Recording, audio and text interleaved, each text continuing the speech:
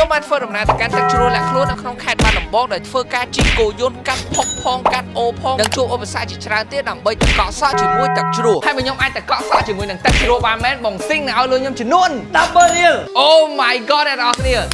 10,000 រៀលនៅពេលនេះគឺខ្ញុំបានរៀបចំវ៉ាលីរួចជាស្រេចហើយយើងនឹងធ្វើដំណើរទៅកាន់ខេត្តបាត់ដំបងដល់បញ្ចាំយូរខ្ញុំក៏បានធ្វើដំណើរទៅកាន់បេនឡានហើយនៅពេលទៅដល់ហ្នឹងគឺយឺតទៀតបាទយឺតបន្ទាប់ពីរៀបចំប្រវត្តិហើយគឺយើងក៏បានធ្វើការឡើងលើឡានហើយយើងជិះប្រហែលជាខ្ទង់4ម៉ោងគឺយើងក៏បានទៅដល់បាត់ដំបងនៅពេលដែលមកដល់ចឹងគឺថាបងប្រុសគាត់ក៏បានមកជួយជូនពួកយើងទៅទស្សនៈផងដែរដោយសារតែការដែលខ្ញុំទៅទឹកជ្រោះហ្នឹងគឺយើងត្រូវជិះគោយន្តអញ្ចឹងគឺយើងត្រូវទុកអវ៉ាន់សិនហើយបន្ទាប់ពីរៀបចំហើយយើងក៏បានចេញដំណើរទៅសំឡូតឡើងទៅកក់សក់ទឹកជ្រោះហើយមុនចេញទៅខ្ញុំក៏បានឆ្លៀតដាក់បាយស្រូម្ចាស់ផងដែរហើយមូលហេតុដែលខ្ញុំទៅសំឡូតខេត្តបាត់ដំបងហ្នឹងក៏ដោយសារតែទឹកជ្រោះហ្នឹងគឺនៅទីហ្នឹងបាទចាឥឡូវនេះគឺយើងចុះលើឡានសិននិយាយទៅគ្រាន់តែតែកក់សក់ហ្នឹងគឺញ៉ៃ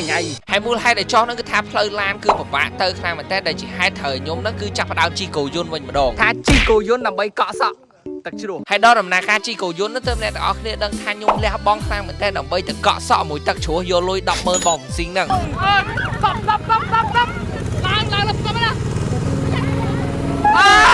បាទអ្នកទាំងអស់គ្នាគឺជិះគោយន្តឆ្លងទឹកតែម្ដងដែលនិយាយពីការជិះនោះគឺថាសាហាវខ្លាំងមែនតើហើយវាក៏ជាលើកទី1របស់ខ្ញុំផងដែរដែលវាជិះឡើងទួលផងជិះចុះទួលផងហើយជួនកាលគឺថាត្រូវចុះរួចទៀតទៅគោយន្តមួយហ្នឹងគឺទៅមុខហើយដែលមើលទៅគឺថាគោយន្តរៀងពិបាកទៅមុខពេកខ្ញុំក៏បានបដូរបរិយាកាសមកជិះម៉ូតូវិញម្ដងដែលពេលជិះហ្នឹងគឺស្រួលម្យ៉ាងដែរហើយនៅពេលដែលខ្ញុំទៅហ្នឹងក៏ខ្ញុំបានទៅជាមួយនឹងបងស្រីម្ចាស់ចការនៅតំបន់ហ្នឹងអញ្ចឹងក៏ខ្ញុំបានសុំបាទសៅម៉ៅគាត់មកផ្លែញ៉ាំផងដែរនៅពេលបេះផ្ទាល់អញ្ចឹងគឺឆ្ងាញ់មែនតើឆ្ងាញ់ខាងចាញ់អស់ហើយបាទអ្នកទាំងអស់គ្នាចាឥឡូវនេះគឺយើងមកដល់ហើយអញ្ចឹងយើងត្រូវដើរទៅបន្តិចទៀតហើយការដែលខ្ញុំថាដើរបន្តិចទៀតហ្នឹងគឺវាដើររៀងជ្រៅដែរហ្នឹងអ្នកទាំងអស់គ្នាដោយសារតែហ្នឹងគឺលាក់ខ្លួនយកបរោយទឹកជ្រោះហ្នឹងអូអ្នកទាំងអស់គ្នាទឹកជ្រៅហើយបន្ទាប់ពីការដើរបន្តិចទៀតមកគឺយើងក៏បានទៅដល់ទឹកជ្រោះវ៉ាវមកដល់ហើយដែលនិយាយទៅគឺថារដូវដែលខ្ញុំទៅហ្នឹងគឺអត់ទាន់សូវមានទឹកធំហ្មងទេប៉ុន្តែទោះបីយ៉ាងណាក៏ដោយទេសភាពគឺនៅតែស្អាតហើយខ្ញុំក៏បានឆ្លៀតធ្វើការលុបមុខលុបអីសិនផងដែរមុននឹងយើងកក់សក់ហើយដោយសារតែអត់សូវមានកម្លាំងចឹងទៅគឺថាយើងក៏បានធ្វើការដាក់បាយមួយចានសិនផងដែរបាទឥឡូវហ្នឹងគឺដល់ពេលដែលខ្ញុំនឹងត្រូវកក់សក់ហើយបាទ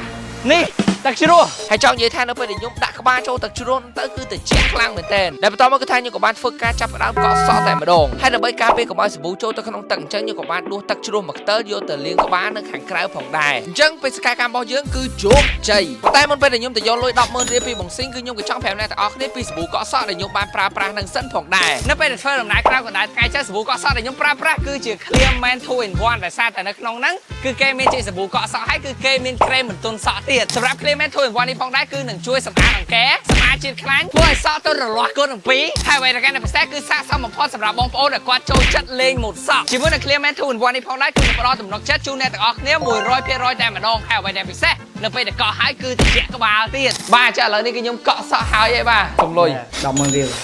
អូដៃ2